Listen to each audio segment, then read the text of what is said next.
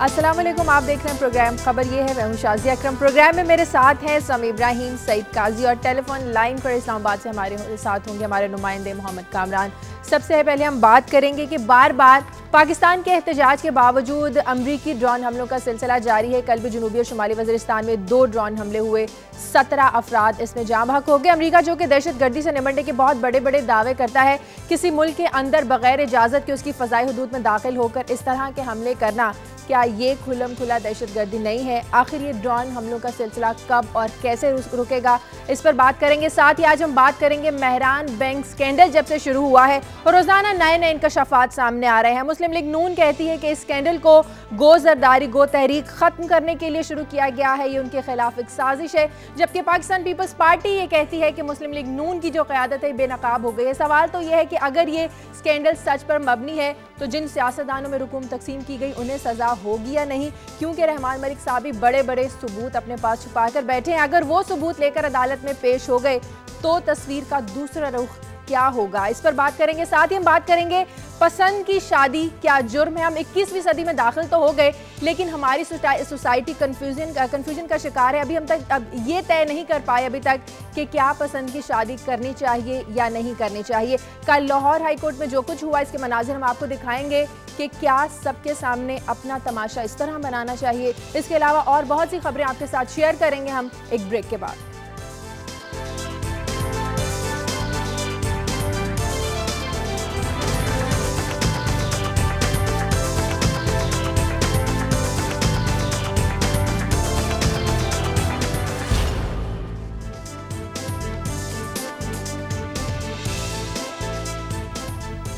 Break के बाद खुशामदीद। रोज़ाना नई नई खबरें, उन खबरों के नए नए पहलू हम आपके साथ शेयर करते हैं। आज की नई खबरें भी मैंने आपके साथ शेयर की। समी साहब से पूछ लेते हैं कि आज उनके पास नई खबरें क्या हैं।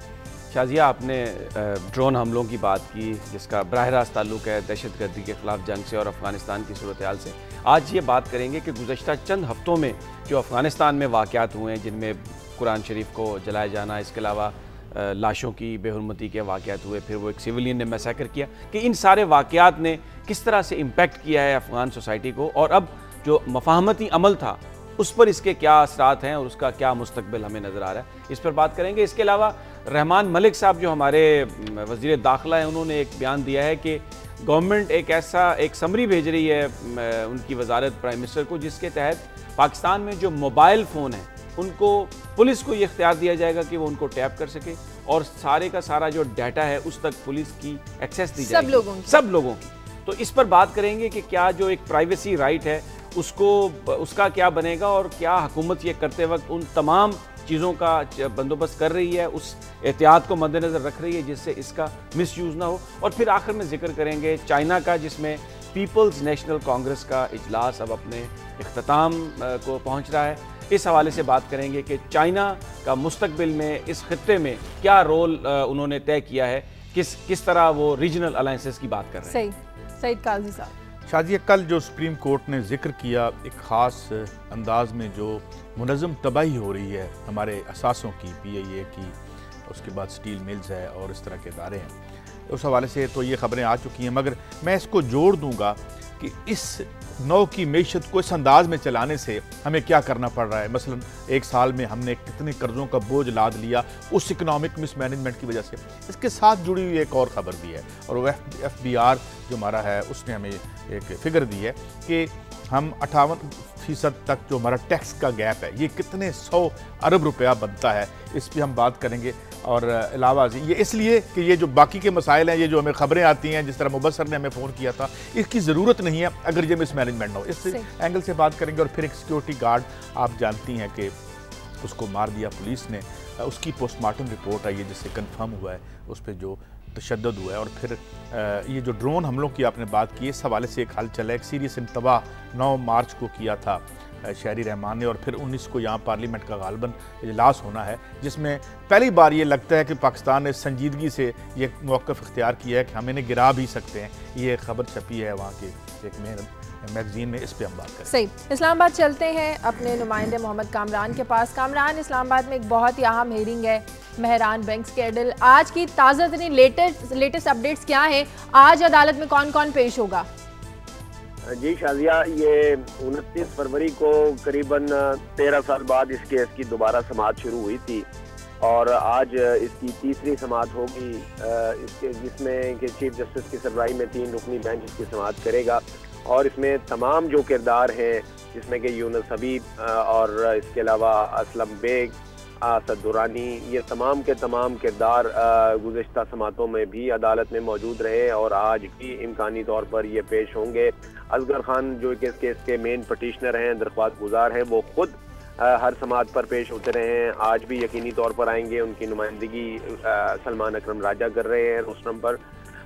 साजिया, असल में बात यह है कि जब से ये केस टेकअप हुआ है इतने सालों के बाद, उसके बाद से बहुत से सनसनीखेज इंकशाफात जो हैं वो सामने आ रहे हैं।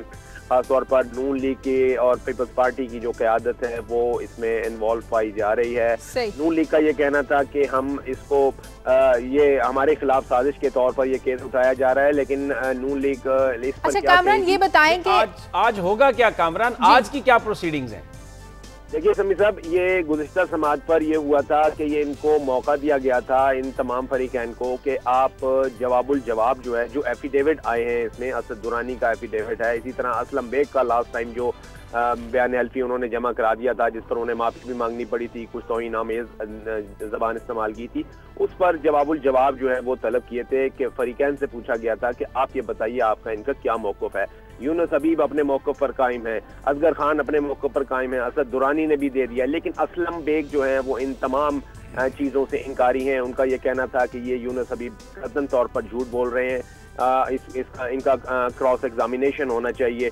लेकिन जो असगर खान कामरान, जो असगर खान के वकील हैं सलमान अकरम राजा, उन्होंने अपने जो दरख्वास्त दायर की है उसमें किसी फैसले के बारे में कोई अपील नहीं की सुप्रीम कोर्ट से कि जिन सियासतदानों ने पैसे लिए उनके खिलाफ कोई एक्शन लिया जाए। ऐसा तो दरख्वास्त में कुछ कहा ही नहीं गया। जाहिर है दरख्वास्त में जब तक कुछ ना कहा जाए तो सुप्रीम कोर्ट नहीं जा सकती उस फैसले तक।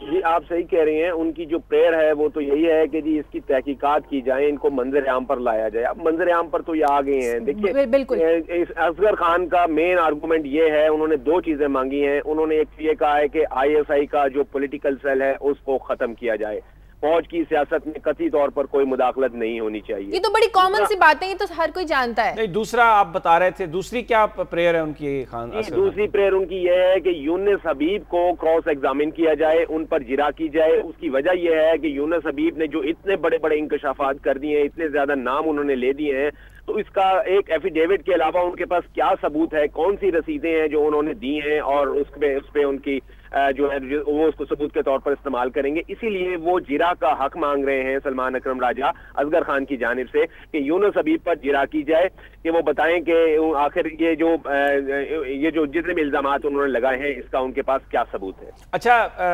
कामरान, ये कहा जा रहा है कि जो असद दुरानी ने अपना पहला बयान दिया था उसमें उन्होंने कहा था कि मैंने कुछ ऑफिशियल्स को ये हदायत की थी कि वो पैसे तकसीम करें, लेकिन जो दूसरा उनका एफिडेविट आया है जो ताज़ा तरीन है उसमें उन्होंने मिलिट्री इंटेलिजेंस यानी MI का नाम भी लिया है।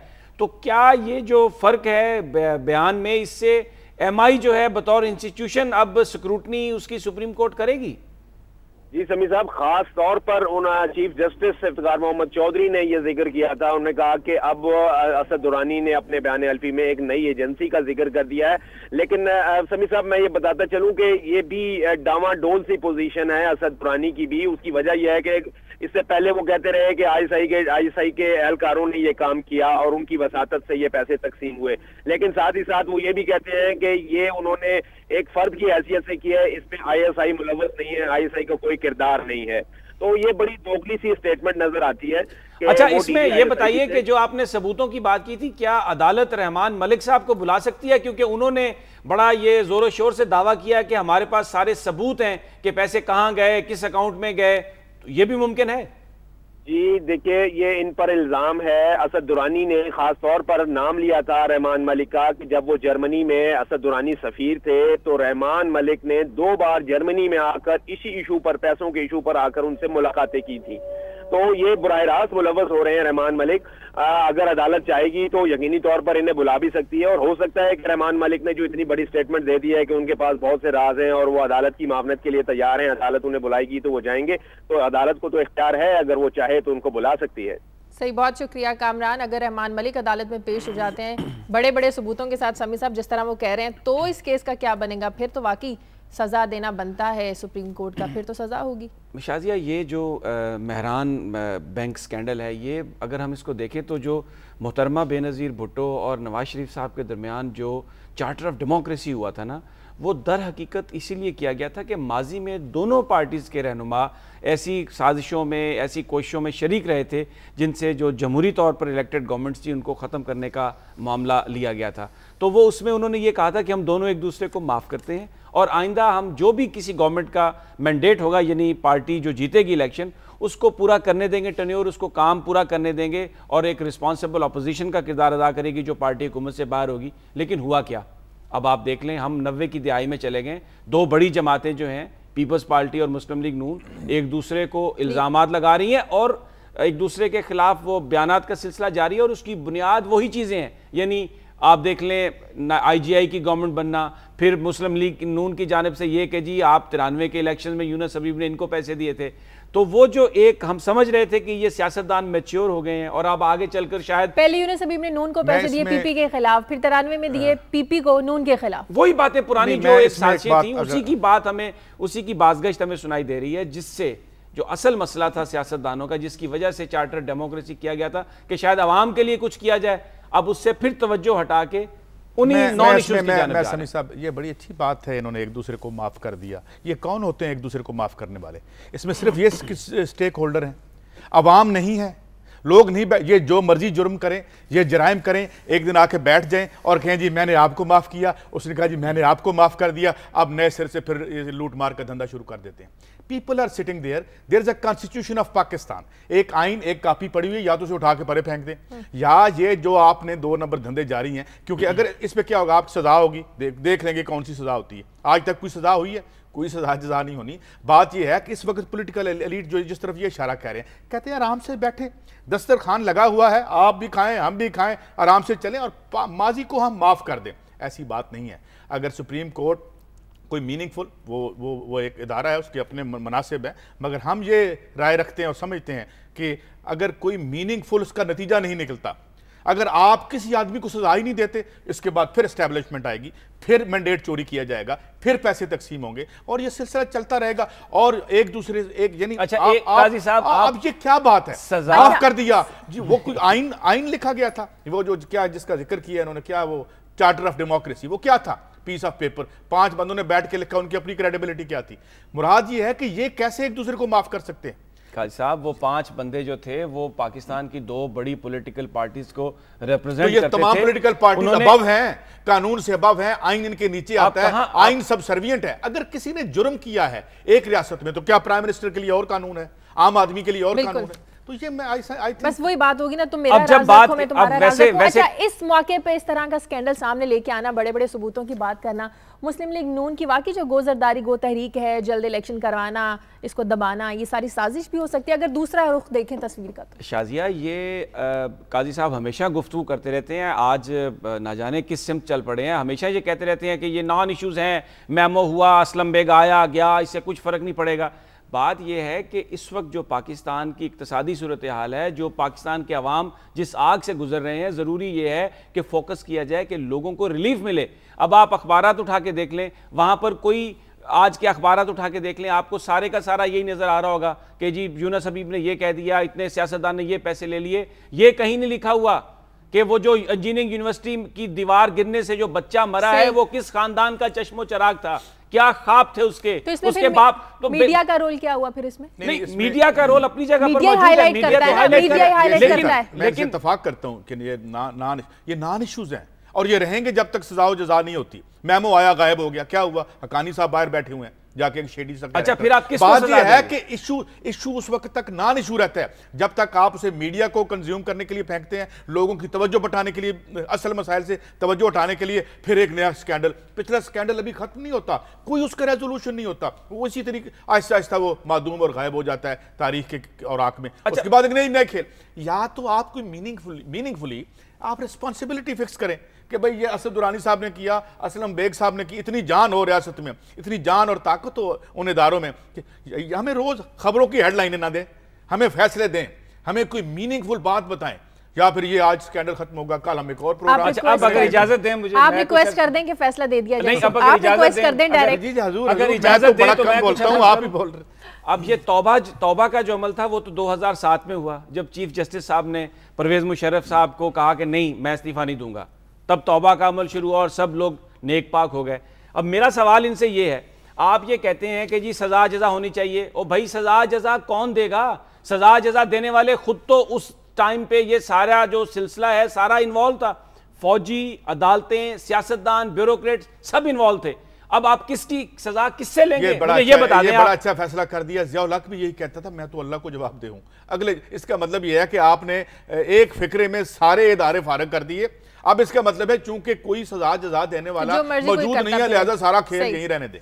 बात ये है, सॉरी आप कुछ नहीं, आप बिल्कुल बात खत्म करें, प्रोग्राम आगे बढ़ाते हैं। मैं ये कह रहा हूँ कि अगर ये इसकी कोई मीनिंगफुल इसकी मैनिफेस्टेशन नहीं होती किसी फैसले, अवाम देखें ना, हम रोज़ इतने मसाइल का जिक्र करते हैं, एक हम आबादियों को बर्बाद कर रहे हैं, धकेल रहे हैं एक अजीब व गरीब समत में, और ऊपर ये सारा जो खेल उठा के बैठे हुए हैं। रोज अखबार खोलो, आज मेमो हो गया, ठीक, आज सुप्रीम कोर्ट ने बड़ी अच्छी बात की। अब सुने, एक तरफ कहते हैं ये बात क्या है, मीनिंगफुल क्या है। ये कल अदालत में बात हुई कि वो जो मुइन अफ्ताब जो थे PSM, एक दिन भी जेल नहीं गए, आराम फरमा रहे हैं जनाब वहां पे अपने हॉस्पिटल में। ये जो जेलें भी होती हैं इनकी, ये तो बड़ी रौनक वाली जेलें हैं, ये वो जेलें नहीं है जो बेचारे। चलिए आगे बढ़ते हैं, आप हेडलाइंस की बात करें। अखबारात में आज एक और हेडलाइन लगी हुई है ड्रोन हमले की। समी साहब, जो कल ड्रोन हमले हुए शुमाली वज़ीरिस्तान में, कब तक हम इस तरह एहतजाज करते रहेंगे और ये सिलसिला रुकने वाला नहीं? देखिए, हम बयान सुना था चीफ ऑफ आर्मी स्टाफ से, पाकिस्तान की सियासी क़यादत से, कि अब मगरबी सरहदों की जानब से जो कोई भी आएगा उसको गिरा दिया जाएगा। हाँ। पूरा जवाब देंगे।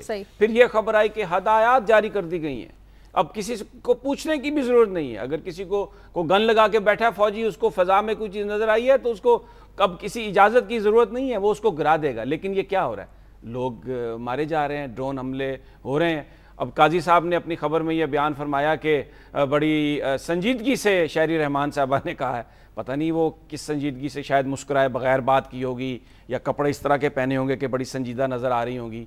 प्रैक्टिकली क्या है, संजीदा तो 4 सालों से वो इस सारी संजीदगी तो हो रही है, ड्रोन्स आ रहे हैं, ड्रोन्स गिर रहे हैं, और हम ये अपने सियासतदानों से सुनते हैं पार्लियामेंट फैसला करेगी। पार्लियामेंट पता नहीं कहाँ चली गई है, फैसला ही नहीं कर पा रही। इतना अहम मसला है, लोग मर रहे हैं, अमेरिका से जो पॉलिसी है हमारी उसका तय करना है, और वो एग्जेक्टिव ने अपने इख्तियार तो पार्लियामेंट को पहले ही दे दिया। वो तो खुद वो कहते हैं हम तो इस काबिल ही नहीं है, अहल ही नहीं है कि हम कोई बना सकें पाकिस्तान की खारजा पॉलिसी। अब पार्लियामेंट से पूछेंगे, वहां पर जो फिर पार्लियामेंट कहेगी वही हम उसको करेंगे। अमेरिका ने लाइसेंस लिया कहां से, किसी मुल्क में आप इस तरह घुसते हैं, फज़ाई हुदूद की खिलाफ वर्जी करते हैं, इसमें अक़वाम मुत्तहिदा नहीं बोल सकता? उन्होंने लाइसेंस लिया है पाकिस्तान की कमजोर हुकूमत से। अच्छा, अगर पाकिस्तान की हुकूमत में ईरान है ना, उस पर हमला करके दिखाए। अगर दम खम हो, अगर खड़े हो जाएं संजीदगी से कि हम ये हमले नहीं होने देंगे, तो हमला कर सकता है। लेकिन अब जो एक और सूरत हाल मैं इसमें बात करूंगा, जो अफगानिस्तान के अंदर गुज़श्ता चंद दिनों के, जो चंद हफ्तों के जो वाक़यात हुए हैं, जिसमें पहले ये खबर आई थी कि कुछ तालिबान की बॉडीज़ थी उनको इन्होंने इंसल्ट की, उसकी बेहुरमती की। फिर उसके बाद ये कुरान पाक को जलाए जाने का सिलसिला हुआ, और अभी रिसेंटली 3-4 दिन पहले वहाँ पर एक देहात में जाके 16-17 मासूम अफगानियों को कत्ल कर दिया गया। इससे बुनियादी तौर पर एक चीज़ जो है ना वो एक सामने आती है कि देखें जंग इंसान को किस तरह, एक इंसान को दरिंदा बना देती है। अब वो जो फौजी था जिसने ये मारा, कहा जा रहा है कि वो इराक में भी पहले था, तो किस तरह से वो चेंज हुआ। आप जंग शुरू तो कर सकते हैं, खत्म करना आपके बस में नहीं होता। अच्छा। अब ये जो सारे वाकयात हैं शाजिया, इन्होंने जो अफगान मफाहमती अमल है ना, उस पर एक बहुत बड़ा क्वेश्चन मार्क लगा दिया है, क्योंकि अब तालिबान ने यह कहा है कि जो हलाकतें हुई हैं वो उस पर रिवेंज लेंगे, उस पर बदला लेंगे। तो उस पर अभी एक बहुत बड़ा क्वेश्चन मार्क है कि अब सदर ओबामा की मकबूलियत इन्हीं पॉलिसियों की वजह से कम हो रही है अमेरिका में। देखें, सदर ओबामा की जो अमेरिका में पॉलिसी जो मकबूलियत कम हो रही है, ये बात याद रखें, वो वहाँ की इक्तसादी सूरत हाल की वजह से कम होगी। अगर अफगानिस्तान सारे का सारा मर जाए ना, अमरीकी अवाम को इससे कोई फर्क नहीं पड़ेगा। उनको इस बात से गर्ज होगी, और अमरीकी सदर को भी इस बात से गर्ज होगी कि अमरीका के अंदर क्या सूरत हाल है। हर मुल्क, हर अवाम अपने मफादात का तहफ़्फ़ुज़ करती है। अगर हम ये देखें कि अमरीका आएगा और हमारे हालात ठीक करेगा, या यहाँ पर किसी आदमी का कोई कत्लो गारत हो गया तो अमरीका के अंदर सदर की मकबूलियत कम हो जाएगी, ये हमारी खाम ख्याली है। हमें अपने मफादात का तहफ़्फ़ुज़ खुद करना है। इसमें ये जो इंटरनेशनल डिप्लोमेसी है, ये म्यूचुअल ब्लैकमेलिंग बन गई है। ये है। और अगर आप किसी सीनियर डिप्लोमेट से बात करें तो हम इसी, अब ये जो शहरी रहमान ने कहा है बड़ा संजीदा इंतबाह दिया है, इससे मुराद ये नहीं है कि हम उनका वो गिरा देंगे ड्रोन। हमारे जो सिक्योरिटी लिंक्स हैं 26 नवंबर से उनसे फ्रोजन है, वो हमें पैसे नहीं दे रहे, ठीक है। हमारी हुकूमत जो है इस वक्त शदीद उसका माशी करांच है, जिस पे हम बात करेंगे। तो बात यह है कि जब आपकी हुकूमत जाके उन्हें कहती है भाई हमें आपको ये नहीं करने देंगे, तो फिर वो आज अगर आप हिलरी का बयान देखें तो उसमें थोड़ी सॉफ्टनेस है। उनका भी अभी एक कोई स्पोक्समैन भी आया हुआ था, वो फिर आएंगे, ये फिर अपनी डिमांड आगे रख देंगे। उनकी सॉफ्टनेस इसलिए है कि वो नेटो का सामान वहां से निकालना है, उन्हें रूट चाहिए पाकिस्तान से, और वो कहते हैं जी आप टैक्स वैक्स ले लें, हमसे कुछ पैसे ले लें, ये हमारा अरबों रुपए का, अरबों डॉलर का जो सॉफ्टवेयर है ना फौजी, ये निकालने के लिए हमें मैं भी यही बात कर रहा हूं। मैं जब कह रहा था कि ये म्यूचुअल ब्लैकमेलिंग का रिलेशनशिप बन के रह गया इस दुनिया में, अब ये क्या है कि ये कहेंगे जनाब ये फिर अगर आपने हमारी आबादियों को मारना है तो फिर ये भी साथ हमें। अच्छा, अमेरिका तो ये दावे करता है जो हम ड्रोन हमले करते हैं वो डायरेक्ट उन दहशतगर्दों पर होते हैं, इस बात का तायुन क्या पहले रिसर्च की जाती है, देखा जाता है? रिपोर्ट्स उनके अपने थिंक टैंक्स की आई हैं, आटे में नमक के बराबर हैं वो लोग जो उनके ख्याल में, या हम समझते हैं कि टेररिस्ट हैं, बाकी बच्चे, औरतें, सिटीजन जिनका उनसे कुछ लेना देना नहीं। और इतनी खौफनाक रिपोर्ट्स आई हैं कि बाज़ औक़ात जब उनके जनाजे हो रहे होते हैं, आम लोग जनाजे में उन पे हमले होते हैं, जो रेस्क्यू वर्कर्स आते हैं, रेस्क्यू के लिए वो लोग आते हैं, उन पे दोबारा ये अटैक कर देते हैं। ये एक बेहमाना हरकत है और ये एक्स्ट्रा जुडिशियल किलिंग है। इसमें जो इंटरेस्टिंग बात है वो ये है कि जो लोग ड्रोन हमले कर रहे हैं वो कोई बाकायदा तौर पर अमेरिका की फ़ौज के मुलाजिम नहीं है, वो प्राइवेट लोग हैं, उनको हायर किया जाता है और उनके नज़दीक ऐसे होता है जैसे वो कोई कंप्यूटर गेम्स खेल रहे हैं, और उनको इस बात का कोई बाकायदा प्रॉपर ट्रेनिंग भी नहीं होती कि जो इमेजेस आ रहे हैं उनको वो पढ़ सके। और आखिरी बात उसमें ये है कि वो अमरीकी जो कानून है उसके भी, वो भी उन पर जो जंगी क्राइम का जो कानून है उसका भी उन पर इतलाक नहीं होता। चलिए मुझे ब्रेक लेनी है, ब्रेक का वक्त हो रहा है। ब्रेक के बाद हम आपकी लाइव कॉल्स भी लेंगे और ब्रेक के बाद खास तौर पर हम बात करेंगे कि क्या पसंद की शादी जुर्म है। ब्रेक के बाद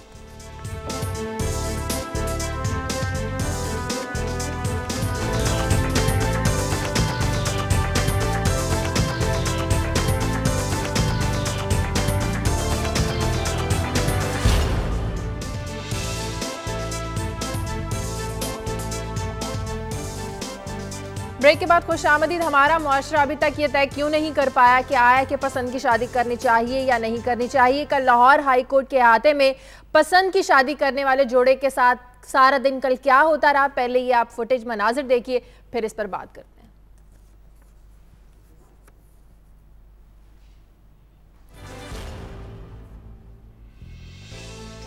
ये आप देख रहे हैं इस मनाजिर, कल ये पसंद की शादी करने वाला जोड़ा, दीपालपुर की ये लड़की है आसमा और साथ इसका शौहर रियाज। ये कल अपने बयानात कलमबंद करवाने के लिए लाहौर हाई कोर्ट आए। लड़की और लड़के दोनों के रिश्तेदार, दोनों की फैमिलीज कल यहाँ पर मौजूद थी। अदालत ने तो हुक्म दे दिया, अपनी पसंद की शादी इन्होंने कर ली है, इनको साथ रहने का हुक्म दे दिया कि आप जाएं अपनी ज़िंदगी गुजारें। लेकिन घर वालों से बर्दाश्त नहीं हुआ, ना लड़की के घर वालों से ना लड़कों के घर वाले से।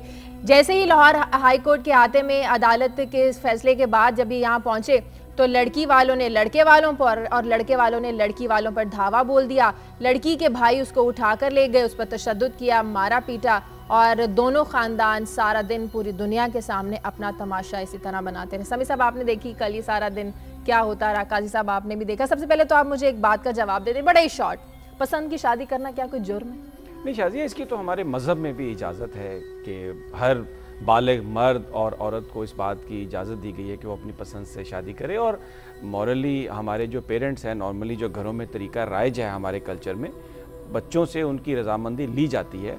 लेकिन ये जो कल का वाक़या जो भी आपने फुटेज चलाई, इसमें कुछ ऐसे वाक़यात हो रहे हैं जिनमें पेरेंट्स बहुत ज़्यादा एक ज़िद का करते हैं मुज़ाहरा, जिसकी वजह से ये नहीं हो पाती शादी। और फिर अक्सर कुछ जो पसमानदा इलाके हैं वहाँ पर तो कत्ल तक बात जा पहुँचती है। ये एक सोशल हमारा एक मसला है, बहुत बड़ा इशू है, हर घर का इशू है, और इसको मेरा ख्याल है कि नौजवानों को और बुजुर्गों को संजीदगी से मिलजुल कर हल करने की जरूरत है। अगर माँ बाप नहीं मानते हैं ना लड़की के ना लड़के के, तो दोनों का घर से भागकर शादी करना ठीक है। तो इस सूरत में फैमिलीज का रोल क्या होना चाहिए? क्या कल इसी तरह जिस तरह तमाशा लगा इसी तरह तमाशा बनना चाहिए? देखिए, भागकर शादी करना अब राइट तो उनका है, वो कर सकते हैं। मैं ये नहीं कहता कि ये दुरुस्त है कि वो भागकर शादी कर लें या भागकर शादी ना करें, मैं इस बहस में नहीं जाता। लेकिन ये बहुत ज़रूरी है कि अगर जो एल्डर्स हैं जो वालिदैन हैं जब वो ये देखते हैं घर वाले कि अब ये बात इस हद तक पहुंच चुकी है, तो शायद किसी जगह पर आके कोई गिव एंड टेक करके मामले को संभालना चाहिए। इस तरीके से इस हद तक पहुंचना, काजी साहब आप क्या कहते हैं? मैं समझता हूँ एक तो ज़रा अपना हम इस्तिलाहें दुरुस्त करने, मुमकिन है वो भाग के ना गए हों, आराम से पैदल चले गए हों शादी तो ये जो लफ्ज़ भाग के जाना ना, ये एक ख़ास तासुर पैदा करता है। मैं इसमें ये कहना चाहता हूँ कि एक छोटा सा वाक़या था लास वेगस यूनिवर्सिटी में। मुझे एक प्रोफेसर जो कि इंडियन सिनेमा पे तहकीक कर रहे थे, उन्होंने मुझे पूछा कि आप कुछ बताएं। मैंने कहा जी मुझे और तो नहीं पता, अलबत्ता मैंने कोई ऐसी हिंदी फिल्म नहीं देखी जिसमें पुरअमन शादी हुई हो, दुल्हन मंडप से भाग गई, मंडप पे दुल्हन आ गई। तो अभी शायद इंडियन सिनेमा को बलोगत चाहिए, जिस तरह हमारे समाज की कुछ परतें, ये कल की फुटेज देख के लगता है कि अभी बलोगत नहीं हुई, कि शादी का मामला है, नौजवान है, करना चाहते हैं, लेकिन इसमें पेरेंट्स का रोल बहुत अहम है। इस पर भी बात करते हैं। कॉलर है हमारे साथ लाहौर से, अली। हेलो अस्सलाम वालेकुम। जी वालेकुम सलाम। जी अली जी, मेरा सवाल है, मेरा बल्कि एक मुश्तरका सवाल है। पसंद की शादी हो या ड्रोन हमले हो या फिर ISI से पैसे लेने का जो मामला है ये हो, इनमें नहीं लगता आपको कि ये दो खानदान सारे फसाद की जड़ है, ये नून लीग और ये जो भुट्टो खानदान है? आपने तो बात ही सारी खत्म कर दी है। सही, बहुत शुक्रिया अली आपका। पाकिस्तान मुस्लिम लीग और पीपल्स पार्टी के दो खानदान पूरे मुल्क के लिए फसाद की जड़। मेरा नहीं ख्याल कि ये कैटेगराइजेशन जो है इस तरह सही होगी। दोनों ख़ानदान, उन पर बहुत ज़्यादा सवालात भी होंगे उनकी परफॉर्मेंस पे, लेकिन बहरहाल वो इलेक्टेड लोग हैं, पाकिस्तान के अवाम के नुमाइंदा हैं। और भुट्टो ख़ानदान ने तो ख़ास तौर पर बड़ी कुर्बानियाँ दी हैं, उन्होंने तो लाशें उठाई हैं। और शरीफ ख़ानदान भी 10 साल तक इस मुल्क से बाहर रहा, जलावतन रहा। बात ऐड कर दूं कि लाशें उनके पीछे जो चलने वाले थे उन्होंने ज़्यादा उठाई हैं, उन्होंने भी है, उनकी भी कुर्बानी है। लेकिन अगर ये सवाल आने शुरू हो गए हैं तो इन लोगों को अपने बारे में सोचना चाहिए। एक और कॉलर है हमारे साथ सऊदी अरब से, हसनात। हेलो जी अस्सलाम वालेकुम। जी, मैं सऊदीया से हसनात अर्ज कर रहा हूँ। मैं समीर साहब से अर्ज करना चाहता हूँ कि डेमोक्रेसी की जो बेस है मेरा ख्याल वो मॉरल वैल्यूज हैं। और जिस मुल्क में ये हालत हो कि एक आदमी अगर आज काफ में बैठा दूं के गुन खाए, कल नून में चला जाए, पीपल्स पार्टी में चला जाए और इनके माथे पे शिकन तक ना आए, लाखों करोड़ों रुपयों की करप्शन करें और फिर मुल्क के सामने, कौम के सामने आए और अपने आप को पवित्र साबित करें, तो मेरा ख्याल है उस मुल्क में ये सिस्टम चलने वाला नहीं। बहुत शुक्रिया हसनात साहब आपका। जी समी साहब। बिल्कुल सही कहा इन्होंने। यही वो सबसे बड़ा सवाल है सियासतदानों पर, जिसकी वजह से लोगों का जमहूरी अमल पर एतमाद उठता है। बड़ी उन्होंने सही बात कही कि कोई किसी के चेहरे पे कोई शर्मिंदगी नहीं है, लाखों रुपए भी लेते हैं, करोड़ों रुपए लेते हैं और फिर एक दूसरे के खिलाफ बयानात डालते हैं। और फिर हैरत इस बात पर है कि बड़ी आसानी से वो जो एक लोटा क्रेसी थी, कोई किसी के टिकट पर इलेक्ट हुआ है, दूसरी जमात उसको एक्सेप्ट कर लेती है, जब वो उसके पास आता है तो वो असूल की बात बन जाती है, दूसरे के साथ है तो वो उसे लौटा। अच्छा, इसमें एक और भी बड़ी बात है। इसमें एक ये सब कुछ करते हैं, फिर बाद में टीवी पे आके कहते हैं ये जमहूरियत का हुस्न है, कि इसमें कोई परमानेंट दुश्मन नहीं होते, परमानेंट साथी नहीं होते, परमानेंट दुश्मन नहीं। ये तो आप कहते हैं काजी साहब। हम पसंद की शादी पर बात कर रहे थे। अच्छा, पेरेंट्स का रोल इसमें क्या होना चाहिए? उन्हें थोड़ा सा नर्म गोशा नहीं रखना चाहिए अपने बच्चों के लिए? देखिए, नर्म गोशा रखना चाहिए। मज़हब ने भी जिस तरह उन्होंने कहा कि बहुत बात वाज़ेह की है, और इसके अलावा भी तहजीब जहाँ तक आन पहुँची है, मगर हो क्या रहा है, जब अनइवन डेवलपमेंट होती है ना, जब आप एक समाज में देखते हैं कि एक समाज की बहुत बड़ी परत जो है उसको आपने तालीम में हर चीज़ में पीछे छोड़ दिया, प्रिमिटिवनेस, जहाँ पे प्रिमिटिवनेस होगी वहाँ पे ऑनर किलिंग भी होगी, ऐसी हरकतें भी होगी। तो मैं जो बार बार एक बात करता हूँ कि आप लोगों को एजुकेट करते हैं, एजुकेशन से ये आज जो आप इतनी रोशन ख्याल बातें कर रही हैं, ये ना आप पे नाजुल हुई हैं ना मुझ पे नाजुल हुई हैं, हमने किसी किताब से पढ़ी हैं, किसी इदारे में सीखी हैं, किसी उस्ताद से सीखी हैं। जब आप अपने समाज को इस तरह से रोशनी से, तालीम से नहीं करते तो फिर वही ब्रेक के बाद आपने ब्रेक लेनी है, मुझे पता है। ब्रेक के बाद मैं आपसे ये बात करूंगा जी। इन्होंने कहा है ना एजुकेशन, आप यकीन करें जो इंसान का जो कल्चर है, जो ट्रेडिशन है, अगर वो उसमें तालीम जितनी भी हो, वो एक चीज पे अगर वो ये बड़े-बड़े, मैं आपको मिसालें दे सकता हूं, शादी करनी है तो फिर मैं आपको इसमें क्या एक शादी में आपको मिसालें दे सकता हूं, बड़े-बड़े पढ़े लिखे लोग शादी के मामलात पर अपने बच्चों के साथ क्या करते हैं। तालीम बंद, इदारे बंद कर देते हैं, तालीम कॉल भी लेनी है। नहीं, तालीम खत्म करने की कौन बात कर रहा है? झेलम से हमारे साथ इमरान है। हेलो, असल में काजी साहब बहुत जल्द जी, अस्सलाम वालेकुम। वालेकुम सलाम जी। जी शाजिया, पहले तो मैं मुबारकबाद देना चाहूंगा कि आप लोग इतना अच्छा प्रोग्राम कर रहे हो। Thank you. और बेसिकली मुझे ये कहना था कि हम स्टूडेंट, ठीक है, और मेरी 20 एज है, और मुझे ये कहना था कि इस टाइम 18 करोड़ से ज्यादा आवाम मुझे सुन रही होगी, ठीक है। पहली बात है कि पाकिस्तान है क्या? मैं पाकिस्तान हूँ, आप पाकिस्तान है। जब आवाम ही नहीं होगी तो जो पॉलिटिशियंस करेंगे क्या? सबसे पहले मुझे ये पूछना है कि मीडिया हमारा क्या रोल प्ले कर रही है कि सबसे पहले नेटो का हमला हुआ, ठीक है, उस पर हमारे जो है वो 26 से ज्यादा जो है वो हमारे भाई शहीद हुए, ठीक है। हमारी जो हुकूमत ने आके ऐलान किया कि अब उसके बाद आगे हमला नहीं होगा, मीडिया ने उसको इतना उछाला। उसके बाद जो है मेमो गेट का जो भी सीन हुआ उसके बाद कोई नतीजा नहीं निकला। सही, आपका सवाल समझ में आ गया। आपका सवाल का जवाब हम देंगे एक ब्रेक के बाद, और ब्रेक के बाद आपकी और लाइव कॉल्स लेंगे। और समी साहब की भी एक बात है पसंद की शादी के हवाले से, इसका जवाब भी हम ब्रेक के बाद लेंगे। हमारे साथ रहें।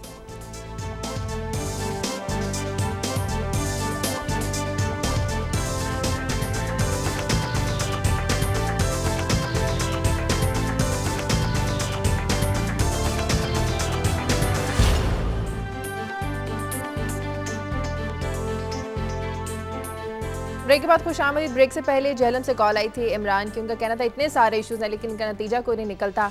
मीडिया का इसमें क्या रोल है समी साहब?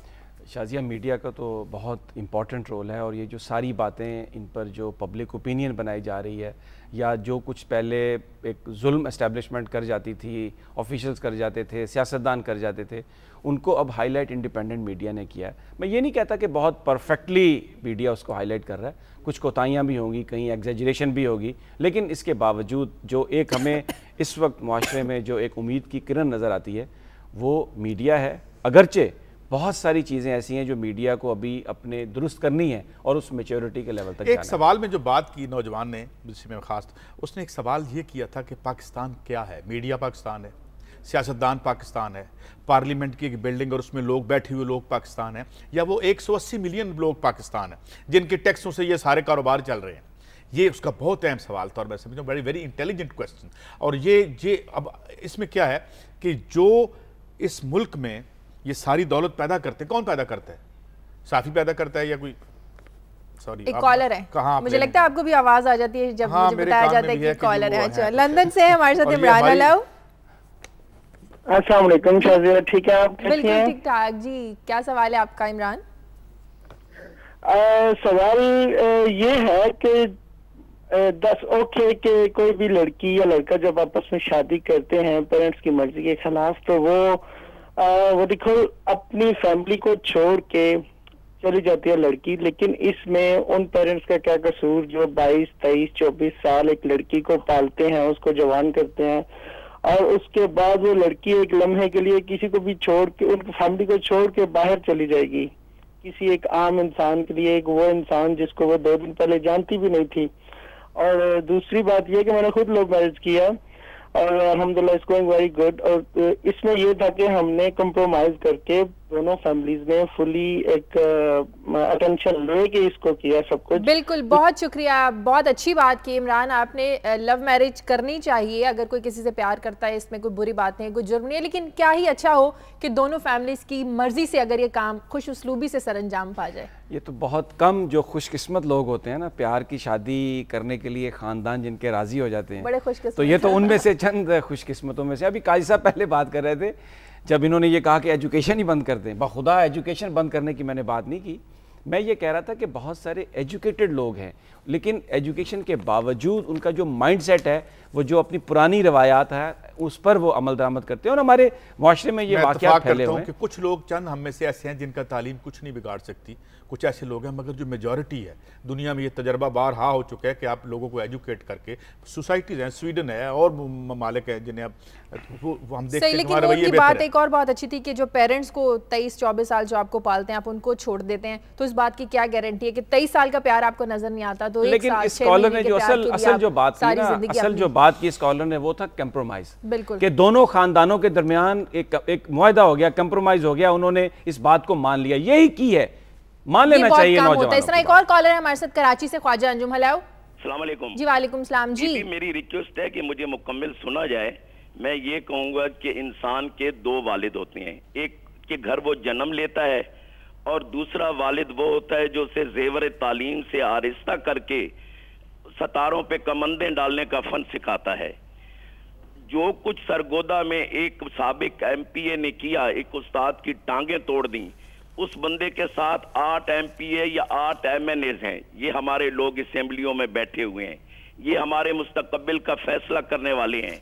और उनके लड़के ने कहा है कि मेरे वालिद बैठकर तमाशा देख रहे थे क्या हम वो रोमन एम्पायर थे जो लोगों को, दरिंदों को अंदर फेंकते थे? बिल्कुल, आपका सवाल समझ में आ गया ख्वाजा साहब। प्रोग्राम का टाइम कम है, लेकिन आपका जो पर्पस था इस सवाल पूछने का वो हमें समझ में आ गया। इसका जवाब हम ले लेते हैं। जी काजी साहब। देखिए जी, ये जो वाक़या हुआ है इसमें अभी जो लेटेस्ट रिपोर्ट आई है उसमें वो MP गिरफ्तार, बल्कि उन्होंने अपनी गिरफ्तारी भी दे दी है और उसमें वर्जन भी हैं। उनका ये वर्जन है कि वो वहाँ मौजूद नहीं थे, जबकि जो जिन पे ये जुल्म हुआ है वो कहते हैं वो वहाँ मौजूद थे। बिल्कुल इसमें इंसाफ होना चाहिए और ये बिल्कुल वो ठीक कह रहे हैं कि जो है वो, और ये भी हम आपको बताना चाहते हैं कि हमने इसको हाईलाइट किया और इसको सामने ले किया इस वाक़े को। अब इसमें जो क्या हुआ, किस हद तक हुआ और कौन मुजरिम है, उसको करार वाकई सजा मिलनी चाहिए। और थोड़ी देर पहले जो मैं आपको आर्गुमेंट दे रहा था, यहाँ इशू ये है सजा ही नहीं होती किसी बात की। से आपकी खबरों की तरफ ये एक बात मैं कह दूं, इन्होंने जिक्र भी किया, ये दुनिया न्यूज थी, हमारा चैनल था जिसने इस खबर को हाईलाइट किया। बेसिकली सारी फुटेज आई और सारा फिर दूसरे मीडिया वाले बाद में। सईद काजी साहब, आपकी खबरों की तरफ आते हैं। बड़ी अहम खबर तकरीबन रिलेटेड ही हैं सब जी। कल सुप्रीम कोर्ट ने बिल्कुल बजा तौर पे कहा कि एक सिस्टमेटिकली, एक मुनज़्ज़म तरीके से हम अपने रियासती असासों को बर्बाद कर रहे हैं, जिसमें हम आपको मैं इसको याद करवाता हूँ कि 21 अरब रुपए की ये बेचने की स्टील मिल कोशिश की थी जनाब शौकत अजीज साहब ने और सुप्रीम कोर्ट ने, और इसमें जितनी ज़मीन थी इसकी इतने पैसे भी नहीं थे, वो 21 बिलियन जिसमें वो बेचने की कोशिश कर रहे थे। मगर उसके बाद क्या हुआ, जमहूरी हुकूमत आती है और उसमें 26 अरब रुपए का नुकसान हुआ है, जिसमें इसके जो साबिक हेड हैं वो गिरफ्तार भी हैं और 6 इंक्वायरी रिपोर्ट्स हो चुकी हैं और इसकी फोरेंसिक रिपोर्ट भी आ चुकी है। और सुप्रीम कोर्ट कल बजा तौर पे ये पूछ रही थी कि भाई ये क्यों नहीं किया, तो सेक्रेटरी इंडस्ट्रीज फरमाते हैं कि जी हम नैब का इंतजार कर रहे हैं कि वो आके करेगी। मसला ये, और फिर साथ ये भी जिक्र हुआ कि जो मुल्जिम है, जो एक्यूज्ड है इसमें, उन्होंने तो एक दिन भी जेल में नहीं गए, वो बड़े किसी अच्छे 5 स्टार हॉस्पिटल में कैद हैं। तो ये अब इसकी वजह से बाकी काम क्या हो रहा है। मसलन हमने इस साल जो 914 अरब रुपए का कर्जा लिया है हमने शेड्यूल्ड बैंकों से और स्टेट बैंक से, और कर्जे का फिर पहाड़ हम पे आ गया और वो ज़ाहिर है पे भी करना है, उसका सूद भी देना है। इसके साथ में अपनी अगली खबर भी जोड़ता हूँ, फिर टाइम नहीं रहेगा। FBR ये कहता है कि हमारा जो टैक्स का गैप है वो 58% है, गोया 1855 बिलियन रुपीज़ हम टैक्स कलेक्ट नहीं, ये हम कलेक्ट नहीं कर पाते, असासों को हम बर्बाद करते हैं। और वो जो था मित्तल खरीदना चाहता था इसको, हमारी इस मिल को, क्योंकि इसकी कैप्टिव मार्केट है, ये एक बड़ा प्रॉफिटेबल काम है और इससे बड़ा, लेकिन हम क्या कर रहे हैं। एक ब्रेकिंग न्यूज है काजी साहब, कराची के सिटी कोर्ट में कुछ वकला के रवैये के खिलाफ जजेस और जो अदालती अमला है उन्होंने काम बंद कर दिया है। मजीद इसकी अपडेट्स ले लेते हैं हमारे नुमाइंदे लियाकत राना से। लियाकत राना, क्या शिकायत है जजिस को, अदालती अमले को वकला के रवैये से? जी शादिया, गुज़िश्ता रोज जुडिशल मजिस्ट्रेट जावेद मलिक ने जालसाजी के मुकदमे में मुलविस खातून वकील ज़ेबा अहमद और उसके शौहर ज़ेबा अहमद अहमद को 2 साल सजा और 10,000 रुपए जुर्माने की सजा सुनाई थी। इस फैसले के खिलाफ तमाम वकला सिटीन की जुडिशल मजिस्ट्रेट की अदालत के बाहर जमा हो गए और उन्होंने उसके खिलाफ नारेबाजी की, जिसके और पुलिस को भी दोनों मुल्जिमों को गिरफ्तार करने नहीं दिया। बाद एडिशनल डिस्ट्रिक्ट एंड सेशन जज ईस्ट उबैद अहमद ने दोनों मुल्जिमों को शख्सी जमानत पर रिहा कर दिया और सजा को मुअत्तल कर दिया। वकला के रवैये के खिलाफ आज तमाम जजेस और जो अदालती अमला है उन्होंने काम बंद कर दिया है और इनके जो अदालती अमला है वो वकला के खिलाफ नारेबाजी। सही, बहुत शुक्रिया लियाकत राना। वकला गर्दी बढ़ती जा रही है। समी साहब मेरी बात सुने, ये अब फैसले भी वकला की मर्जी से होंगे। ये जो काजी साहब कह रहे थे ना कि किसी को सजा नहीं मिलती, ये आपके सवाल का जवाब है काजी साहब। बात ये है कि जब ये सारे का सारा जो निज़ाम है ना, ये सारे का सारा निज़ाम ही इस वक्त बोसीदा हो चुका है, क्योंकि जो माजी जो साथ जुड़ा हुआ है ना, जिसमें हर आदमी यहाँ पर जो करप्शन हुई है उसमें एक दूसरे के साथ मिलता जुलता रहा है, मिला जुला रहा है। अब जब एहतसाब की बात आती है तो जिसको पकड़ते हैं वो कहता है भाई मुझे क्यों पकड़ते हो, वो मुझसे ज्यादा उसने बनाया। उसको पकड़ते हैं वो कहता है इन सब तीनों ने हमसे ज्यादा बनाया। बता देना। अब मैं एक सवाल करता हूं आज यहाँ पर, मुझे ये बताएं कितनी दफा यहाँ पर जो वकला हैं उन्होंने अदालतों पर भी हमले किए, पुलिस वालों को भी मारा, किसी एक वकील को सजा हुई? ये क्योंकि अदालत, वकील जो है अदालत की सपोर्ट है। एक वकील को कुछ कह दो 10 इकट्ठे हो जाते हैं। नहीं, ये सिर्फ बात नहीं है, बात ये है कि जो अदालत है वो वकला को शेल्टर प्रोवाइड कर रही है, क्योंकि अदालत शायद ये समझती होगी कि अगर कहीं कल जाकर फिर दोबारा कुछ हुआ तो बहाली के लिए वकला की जरूरत वकला हमले करते हैं तो वो उन्हें तहफ़्फ़ुज़ क्यों देने लगे? देखें, बात यह है कि अब मैं ये बात करना चाह रहा हूँ, जरा इसे आप सुनिएगा। मैं नाम नहीं लेता, मैं किसी तौहीन का मुर्तकब नहीं होना चाहता, लेकिन जब आला अदलिया के जजेस हाई कोर्ट और सुप्रीम कोर्ट बार के इलेक्शंस में इस तरह मदाखलत करें कि वो बाकायदा तौर पे वकला से मिलकर ये कहें कि इसको जितवाना है, इसको हराना है, तो क्या रेट होगी? ये वकला इसलिए सब कुछ करते हैं, इन्हें ये पता है कि आला अदलियों में जो बैठे हुए लोग हैं वो इनको प्रोटेक्शन देंगे। सही। एक कॉलर है कराची से हमारे साथ, एजाज है। अस्सलाम वालेकुम। अस्सलाम वालेकुम शादिया जी। वालेकुम सलाम जी, क्या सवाल है आपका? शादिया, सवाल ये है मेरा कि मैं उस शख्स की अजमत को सलाम करता हूँ, उस टीचर की जिसने मैं अल्फाज नहीं है मुझे उस शख्स के लिए कोई मैं रोने को दिल चाहता है मेरा कि हमारे लीडर जो हैं वो इस शख्स के साथ जो जुल्म हुआ, जो बेचारा उसने एक बस उसने जो ना बस बहुत अजीम काम किया, अल्लाह ताला उसको इसका अजर दे और हमारे लीडरों को इतनी तौफीक दे। बहुत शुक्रिया आप एजाज साहब आपका। असलम मिढाना को तो कल लाहौर से गिरफ्तार कर लिया है, यकीनन एक अच्छी पेशरफ्त है, लेकिन अब सज़ा तो कुछ होनी चाहिए, कुछ हो भी तो सही इसका। देखिए ये थोड़ा सा एक ऐसा मामला है कि सज़ा देने से पहले पूरा इस अदालत का एक प्रोसेस है जिसमें गवाही आएगी, सब कुछ होगा, और बज़ाहिर बादियों नज़र में यही लगता है जैसे उनकी टांगें टूटी हैं, उनके साथ बड़ा जुल्म हुआ है। अब कानून हरकत में आ चुका है, मीडिया ने अपना रोल प्ले कर दिया, अब थोड़ा सा कौम को मेरा नहीं ख्याल कि बहुत हिजान का मुजाहरा करना चाहिए, क्योंकि जस्टिस के लिए जो मुल्ज़म है उसको भी पूरा मौका मिलना चाहिए अदालत में, और अदलिया आज़ाद है हमारी, अब आगे चलकर फैसला आ जाएगा, थोड़ा हमें सब्र से काम। बिल्कुल, आपने बड़ी अहम खबर दी थी, रहमान मलिक साहब ने जो फ़ोन टैप करने की पुलिस को हिदायत की, इसकी समरी भी वज़ीर आज़म को भिजवा दी, तो ये इंसान की जो प्राइवेसी है उसकी वायलेशन नहीं है? देखिए शायद ये उन्होंने कहा है कि हम समरी भिजवा रहे हैं, जिसमें पुलिस को ये इख्तियार होगा कि वो तमाम टेलीफोन टैप कर सकेगी, सुन सकेगी, और उसका डाटा पुलिस तक चला जाएगा। दहशतगर्दी के ख़ात्मे के हवाले से पूरी दुनिया में जब भी किस किस्म की सूरत हाल होती है तो ऐसे कवानीन बनते हैं, महज़ब जिसे हम सिविलाइज्ड या डेवलप्ड लोग कहते हैं, मुल्क कहते हैं, वहाँ पर भी ये इस तरह के कवानीन बनाए जाते हैं, लेकिन वो पाबंद होते हैं एक अकाउंटेबिलिटी के। बरतानिया में, अमेरिका में, ऑस्ट्रेलिया में, जहाँ पे भी अगर पुलिस टैप करती है किसी चीज़ को तो वो एक बाकायदा तौर पर एक खुफिया अदालत होती है, उससे वारंट लेती है। नहीं, किसी को भी टैप कर सकती है लॉ इन्फोर्समेंट अगर उसको मशकूक समझे तो, लेकिन उसके लिए एक बाकायदा प्रोसीडिंग है, एक जज होता है, फिर एक उसका टेन्योर बना दिया जाता है। अब यहाँ पर तो जो पाकिस्तान में होता आया है, अगर आपने पुलिस को ये इख्तियार दे दिया कि आप टेप करें तो वो पता क्या करेंगे, वो तो पता नहीं बेचारी कितनी नौजवान लड़कियां लड़के फ़ोन पे क्या कुछ करते हैं, क्या एक ब्लैक मेलिंग शुरू हो जाएगी। तो इसलिए गुजारिश ये है रहमान मलिक साहब से कि ये कानून बनाते वक्त या ये समरी भेजते वक्त कम से कम इन चीज़ों का ज़रूर ख्याल कर लीजिएगा कि जो कानून आपने लोगों को बनाया है प्रोटेक्शन देने के लिए, कहीं उनको ब्लैकमेल करके उनको बेइज्जत और रुसवा करने के लिए इस्तेमाल ना हो। रहमान मलिक साहब पर दो किस्म के कानून लागू होते हैं, जिस तरह अखबार में हमने देखा, एक तो वो बरतानिया के शहरी हैं, वो तो तशरीफ़ ले जाएंगे सब कुछ ये करने के बाद हमारे साथ, और जो इससे पहले भी जो है बड़ी उनकी खिदमात हैं, ख़ास तौर पे जो मुल्ज़िम पकड़ लिया बैतुल्लाह महसूद को, उसकी कब्र मौजूद है, अगर कोई उससे हिसाब लेना चाहे तो मैं ये कहता हूँ कि ये आप ना काम करें। ये जो बाकी के ये इसके बारे में कोई कानून नहीं बनाया कि PSM को लूट के खा गया, PIA को लूट के खा गया, आम लोगों को आपके कानून की जद में आ रहे हैं। ये जो केसेस सामने पड़े हैं अदालतों में, ये सब कुछ मौजूद है, वहाँ आप अदालतों, समी साहब मैं ये नहीं कह रहा कि ये एक हिस्सा रियासत का बेहतर या दूसरा हिस्सा बेहतर है, आप इंसाफ में रुकावट बन रहे हैं, आप अदालतों में जो है चीज़ों को डिले भी करवा रहे हैं। इन इश्यूज को ले, या पहले ये आ गया था कि मेडिया पे कर्ज होंगी, फिर वो बात वापस हुई, अब ये आ गया, अभी इंटरनेट की बात है, ये इंटरनेट पे भी हम आप पे पाबंदी लगा देंगे। पता नहीं क्या चाहते हैं रहमान मलिक साहब। जो कॉलर है मेरे साथ साहिवाल से, इजाज़। अस्सलाम वालेकुम। जी वालेकुम अस्सलाम। मैडम बात ये है कि एक लड़की और लड़के का ही मामला है कि एक लड़की जो है ना वो लड़के से राब्ते में थी, तो लड़की जो है ना उसे बार बार मंगवाती है कि आप इसको भेजो हमारा रिश्ता हो जाए। वो रिश्ता तो नहीं हुआ, अंदर ही अंदर उसके लड़की के माँ बाप नहीं मान रहे थे, तो लड़की जो है ना लड़के के साथ भाग गई, और भागने के बाद जो है ना उन्हें जो है ना पंचायत वालों ने, दोस्तों ने, भाइयों ने उन्हें कहा कि जी आप वापस कर दें, वापस कर दी। अभी वापस करने के बाद दोबारा उन्हें गुस्सा है, उन्होंने ऐसे किया कि एक भेड़ बकरी चलाने वाले लड़के के साथ उन्होंने शादी कर दी 14 साल के लड़के से। तो जब उससे शादी हुई तो वो लड़की दोबारा लड़के के साथ भाग गई। ये साहिवाल के इलाके का ही है वाकया?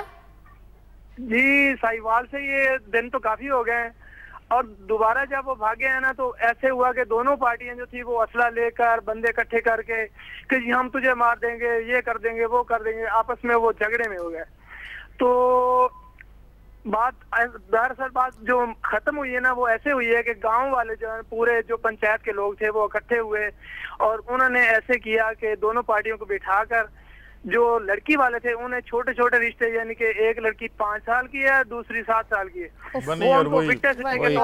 बहुत शुक्रिया एजाज साहब, समझ में आ गई आपकी बात। ये बेसिकली ये जो एक माइंडसेट है, औलाद को खुद ये जो वालिदैन या पेरेंट्स हैं वो उनको बर्बाद कर रहे हैं ना, ये इनकी जिम्मेदारी। चलें इस पर हम कल डिटेल से बात करेंगे, प्रोग्राम का वक्त खत्म हो रहा है। बहुत शुक्रिया आपका एजाज ने जो साहिवाल से कॉल की, वहाँ का जो वाक़या बताया, इशू बताया, कल हम प्रोग्राम में इसको ज़रूर डिस्कस करेंगे। आप हमें इजाज़त दीजिए, इस प्रोग्राम से वक्त खत्म हो गया है। फीडबैक दीजिए खबर@दुनिया TV.tv पर। अल्लाह हाफ़िज़।